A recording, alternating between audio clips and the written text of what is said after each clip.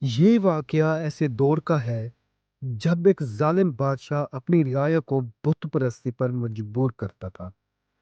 بادشاہ کا دعویٰ تھا کہ وہی خدا ہے اور لوگوں کو اس کی عبادت کرنی چاہیے۔ جو لوگ اس کے خلاف جاتے انہیں سخت سے سخت سزائیں دی جاتی۔ ایک گروہ نوجوانوں کا تھا جو اللہ وحدہ لا شریک پر ایمان رکھتے تھے۔ وہ توحید کے قائل تھے اور بت پرستی کو گناہ سمجھتے تھے۔ یہ نوجوان اپنے ایمان کی حفاظت کے لیے اپنی جان کو خطرے میں ڈالنے کے لیے تیار تھے، لیکن اپنے عقیدے پر سمجھوتا کرنے کو تیار نہ تھے۔ یہ نوجوان مختلف پس منظر سے تعلق رکھتے تھے، لیکن ایک مشترکہ مقصد نے انہیں متحد کر دیا۔ انہوں نے ایک دوسرے کو پہچانا اور اللہ کی وحدانیت پر ایمان کا اظہار کیا۔ ان کی ملاقات ایک خاص موقع پر ہوئی جب بادشاہ نے سب کو بت پرستی کی دعوت دی۔ انہوں نے اس وقت فیصلہ کیا کہ وہ ایک دوسرے کا ساتھ دیں گے اور اللہ سے مدد مانگیں گے۔ یہ ان کا پہلا قدم تھا اپنے ایمان کو بچانے کے لیے۔ بادشاہ کو ان نوجوانوں کے ایمان کا علم ہو گیا۔ بادشاہ نے انہیں دھمکایا کہ اگر وہ اپنے عقیدے سے باز نہ آئے تو انہیں قتل کر دیا جائے گا۔ یہ دھمکی ان کے ایمان کو متزلزل نہ کر سکی اور انہوں نے اپنے شہر کو چھوڑنے اور کسی محفوظ جگہ پر پناہ لینے کا فیصلہ کیا۔ انہوں نے ایک غار کا انتخاب کیا جو شہر سے دور اور پہاڑ کے اندر تھا۔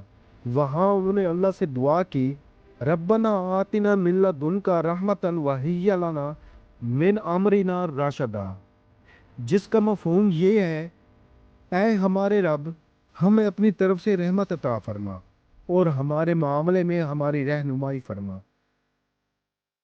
اللہ تبارک و تعالی نے ان نوجوانوں کو گہری نیند میں ڈال دیا۔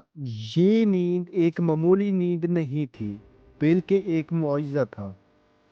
وہ نہ کھاتے نہ پیتے، لیکن ان کے جسم سلامت رہتے۔ اللہ نے ان کے جسموں کی حفاظت کی، وہ دائیں اور بائیں کروٹ بدلتے رہتے تاکہ جسم جامد نہ ہو جائے۔ سورج کی روشنی غار میں اس طرح داخل ہوتی کہ وہ ان کے جسم کو نقصان نہ پہنچاتی۔ ان کے ساتھ ایک کتا بھی تھا جو غار کے دہانے پر بیٹھا رہا اور کسی کو اندر نہ آنے دیتا۔ یہ نوجوان 309 سال تک غار میں سوتے رہے۔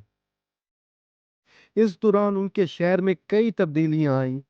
ظالم بادشاہ بھی مر گیا اور اس کے بعد کئی نسلیں گزر گئیں۔ شہر میں ایمان کا غلبہ آیا اور لوگ اللہ کی وحدانیت کو ماننے لگے۔ اللہ کے حکم سے وہ نوجوان جاگ گئے۔ 309 سال بعد انہیں لگا کہ وہ صرف ایک دن یا اس کا کچھ حصہ ہی سوئے ہوں گے۔ انہوں نے بھوک محسوس کی اور شہر میں کھانے کے لیے کسی کو بھیجنے کا فیصلہ کیا۔ جب ان میں سے ایک نوجوان شہر گیا تو وہ حیران رہ گیا۔ شہر کے لوگ تو بدلے ہوئے تھے اور جو وہ سکے لے کے گیا تھا وہ بھی پرانے دور کے تھے اور کسی کو یاد بھی نہیں تھا۔ شہر کے لوگوں کو جب ان نوجوانوں کے بارے میں معلوم ہوا تو وہ حیران رہ گئے کہ یہ واقعہ ان کے لیے اللہ کی قدرت کی ایک نشانی بن گئی تھی۔ انہوں نے ان نوجوانوں کے ایمان کو سراہا۔ یہ واقعہ لوگوں کے لیے قیامت اور دوبارہ جی اٹھنے پر یقین کو مضبوط کرنے کا بہت بڑا سبب بنا۔ جب نوجوانوں کو معلوم ہوا کہ ان کا مشن مکمل ہو چکا ہے تو انہوں نے اللہ سے دعا کی کہ وہ انہیں موت دے دے، تو اللہ تبارک و تعالی نے ان کی دعا قبول کی اور وہ غار میں ہی وفات پا گئے۔ شہر کے لوگوں نے اس غار کو محفوظ جگہ کے طور پر نشان زد کر دیا تاکہ یہ واقعہ ہمیشہ کے لیے یاد رہے۔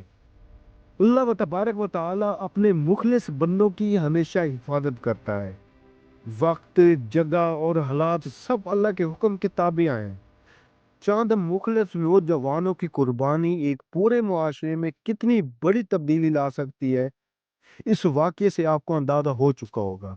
مشکلات میں ثابت قدمی کا مظاہرہ کرنا ایمان والوں کی علامت ہے۔ مسلمانوں کو ہر جمعہ کے دن اس سورۃ الکہف کی تلاوت کرنے کی ترغیب دی گئی ہے تاکہ وہ اس واقعے سے سبق حاصل کریں اور اپنے ایمان کو مضبوط کریں۔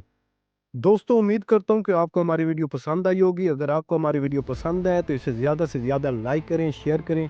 ہمارے چینل کو سبسکرائب کرنے کے ساتھ ساتھ گھنٹی کے نشان کو پریس کر کے آل پر سیٹ کر دیں